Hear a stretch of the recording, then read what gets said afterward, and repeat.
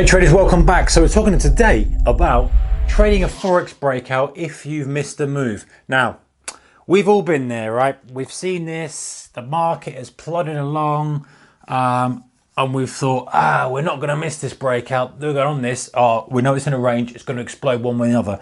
Next thing is, you look at the market next time, boom, it's gone. It's rocketed up 200-300 pips. You're looking at it thinking, I've missed this. What's the worst thing you can do?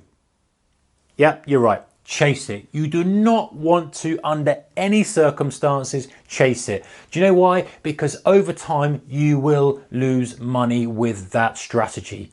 Sometimes you'll get away with it. You'll chase it and then you'll get a couple more day run and you'll think you're a genius. Most of the time, you will end up chasing it too far and it will come down. And the trouble is as well with that, with chasing, is that if you do decide to chase, it's very difficult to quantify your risk. Let me explain what I mean.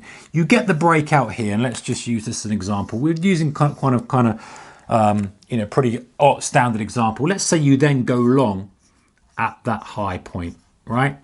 It goes a little bit more in your favor, and then it starts coming back down here. So you've had a little bit, let's say you've had 20, 30 pips in your favor, but you're looking for 100, for example's sake. It comes down a little bit lower. You know, now you're down from your peak, maybe you're down 60 pips, maybe you're down 40 pips from your entry. You haven't really planned this trade. You got into it because you're a little bit excited about it. So what the heck do you do with it? Of course, you won't want to close it, right? Because it's just a pullback and you know that markets move up, they pull back, they go again. So you don't want to be that guy who sits there selling at the bottom of the pullback, right? And of course, you're thinking this. You're thinking, I chased this, it's pulling back, I don't want to sell it because I know that more than likely it's going to pull back and go again. So what do? You are now stuck. You are in the worst possible position that you could be because you've just gone dived in, you haven't structured your trade. And listen, I've been there, I've done that. It's quite a common thing to do. Pulling back, you don't know what to do with it.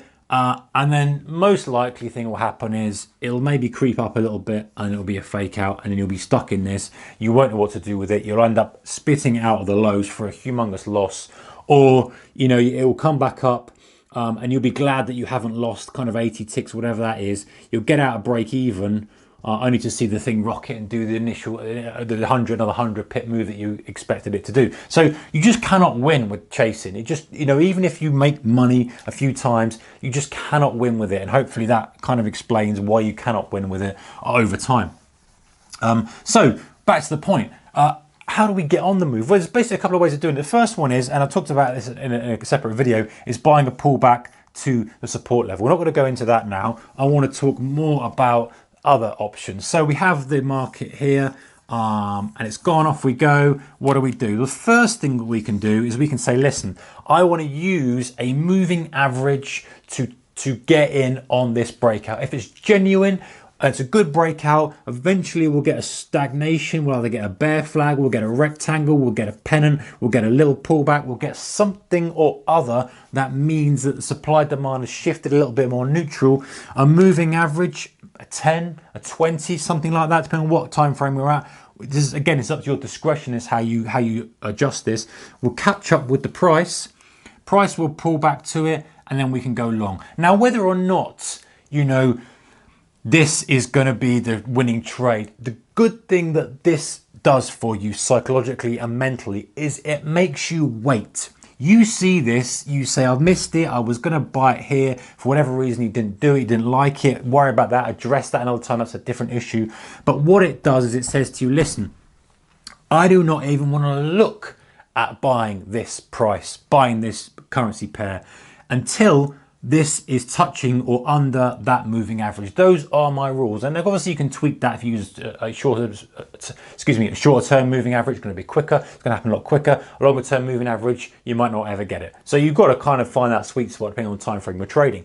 But at least that says to you, and this is great, if you are one of these guys who's always chasing stuff, just a filter like this is perfect. So saying to yourself, listen, I want to wait until a moving average comes and I'm going to buy it, or I'm going to look to buy it, I'm going to assess a buy, but that is a filter. It's my no-go zone. Until we are below that level, I'm not going to chase it because I believe we're too high and too aggressively priced. Another one is literally waiting for a specific pattern. So you get the breakout, you say, listen, I want to see some support 2 touches of a support at new highs. What do I mean by that? So we've gone into fresh territory here. This is the breakout. Imagine if I just extrapolate that over there.